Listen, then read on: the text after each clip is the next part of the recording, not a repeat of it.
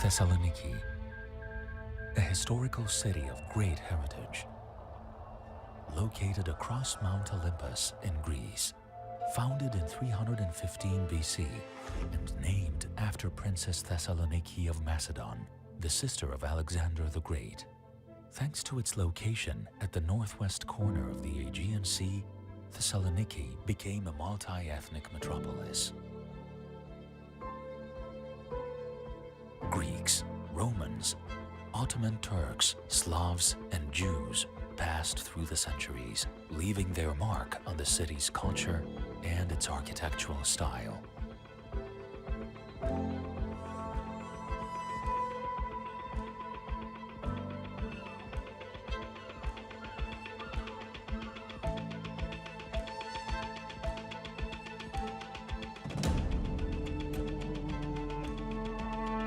Today, Thessaloniki is a vibrant city that preserves its rich historical heritage and strives to define its new identity through a vast number of ongoing large-scale infrastructure projects.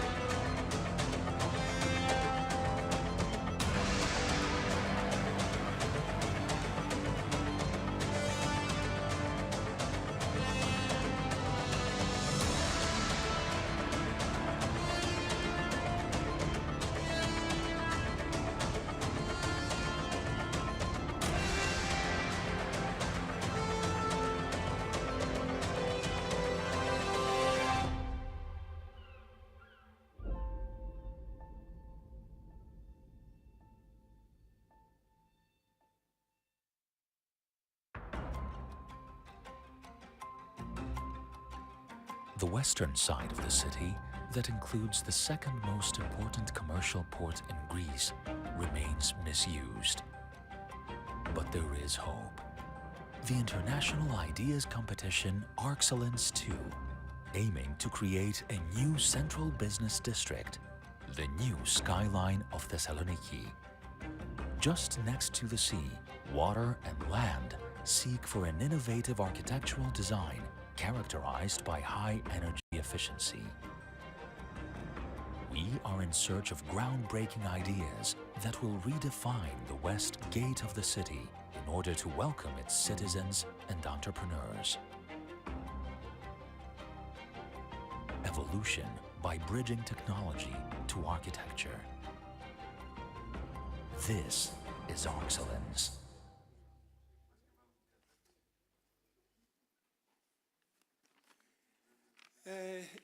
Μείνατε μάλλον με μένα σε αυτό το πάνελ, διότι θα συνδεθούμε με δύο κυρίες, κυρίες που είναι αρχιτέκτονες, οι οποίες συμμετείχαν σε αυτόν τον διαγωνισμό, στο Arxellence 2, το οποίο, όπως είδατε σε αυτό το βίντεο.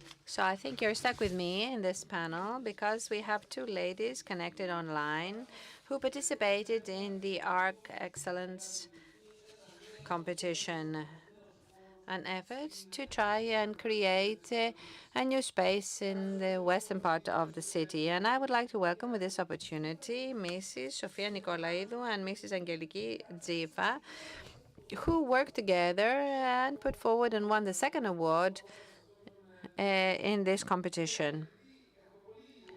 We have very limited time, unfortunately, for discussion, and that's why, first of all, I'd like to ask you to tell us in a very few words what exactly inspired you, what you thought of when trying to put forward your proposal that you submitted for the Arxellence 2 competition. Who would like to start? Mrs. Nicolaidou, maybe, because your name is first on the program. Thank you. Good afternoon, and thank you for the invitation and for giving us the opportunity to speak through our proposal. But I will give the floor to Arxellence first of all. Yes, if you wish, of course. So, as you mentioned, the project that we put forward, which is known as ALUMIL, it's a proposal that was submitted within the framework of Arxellence 2 competition and has to do with the regeneration of the western seafront of Thessaloniki. This is an area that is particularly vulnerable to climate change, and in particular to the rise in the sea level. And this was something that also functioned as an inspiration for our proposal. Our proposal includes applications that are practical with regard to sustainable design.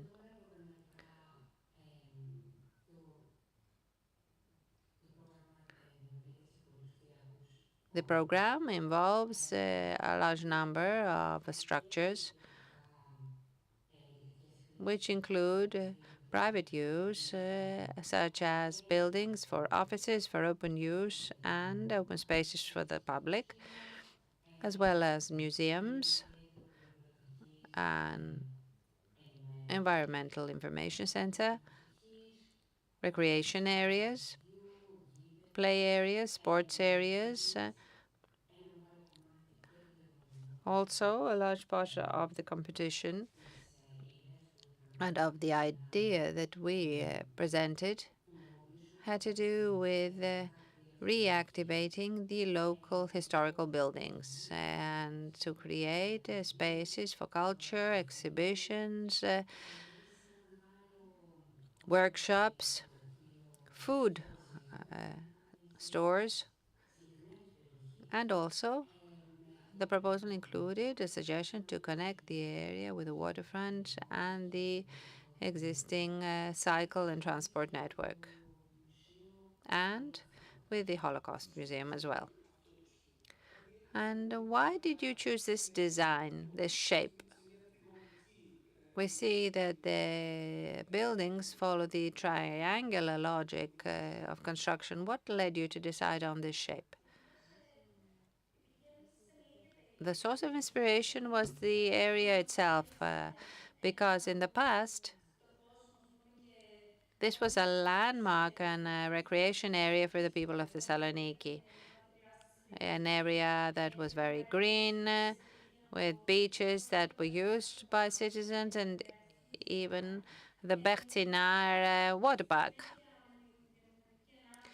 After the industrial development of the city in the 20th century, the character of this area changed radically, and this development left behind several unexploited historical buildings and polluted industrial front.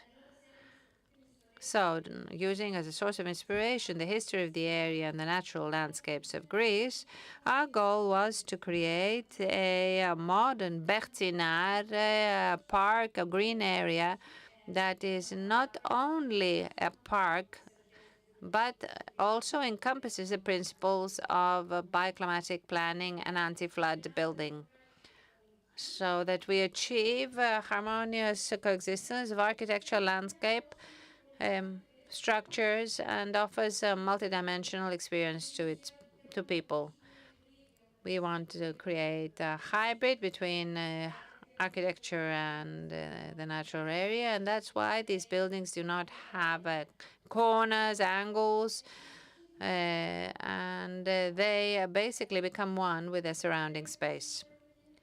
We wanted also to add a social aspect to this project in the sense that we were interested in creating free green spaces that would be broadly accessible by the public and would therefore prioritize the movement of pedestrians, cyclists, and put cars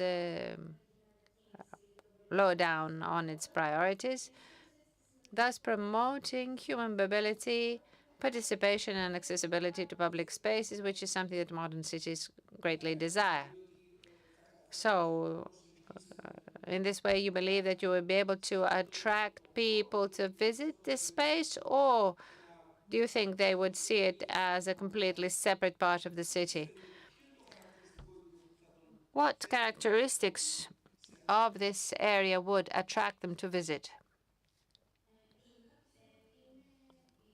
Personally, I think it has to do with the use of the area that we included in our proposal.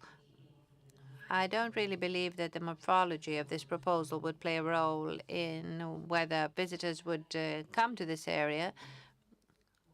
But since we have greatly focused on public space and the activation of the area through various of uses open to citizens and visitors, I believe, or what we recommend, is the creation of a more dynamic space that would function as a pole of attraction for potential visitors.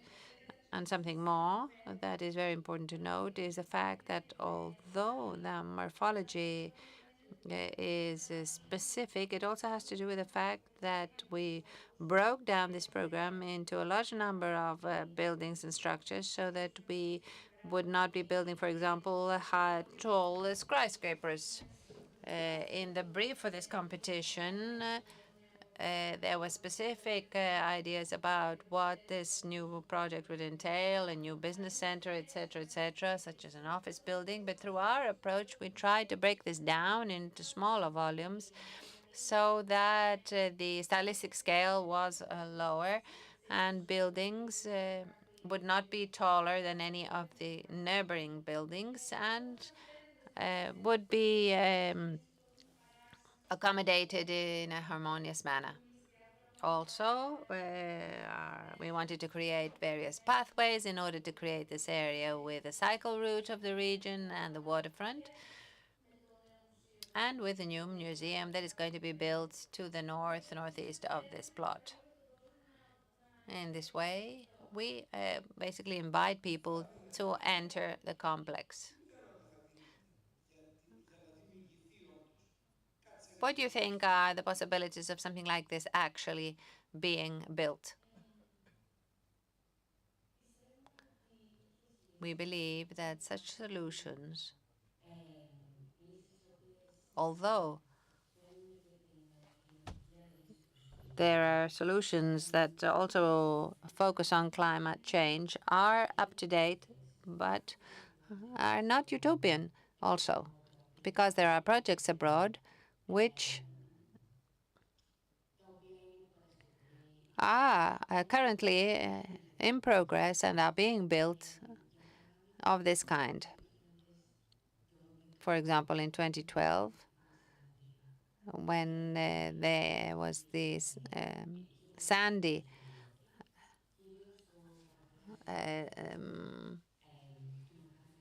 hurricane, which impacted Brooklyn and the city center, the U.S. Department and the housing section initiated a competition requesting proposals that would strengthen the affected areas. The proposal which won the award, which is a very large-scale proposal covering the whole of the eastern part of Manhattan and includes raising the waterfront level, the creation of floodgates, flood walls, etc., in order to make the area better protected, is currently being constructed.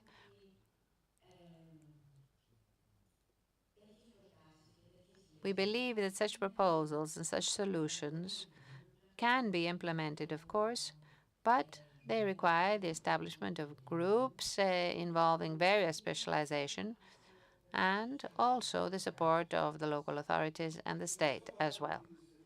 Thank you very much to you both for participating through your proposal in the competition and the conference today. Mrs. Sofia Nicolaidou and Mrs. Angeliki Zifa, thank you very much for your intervention.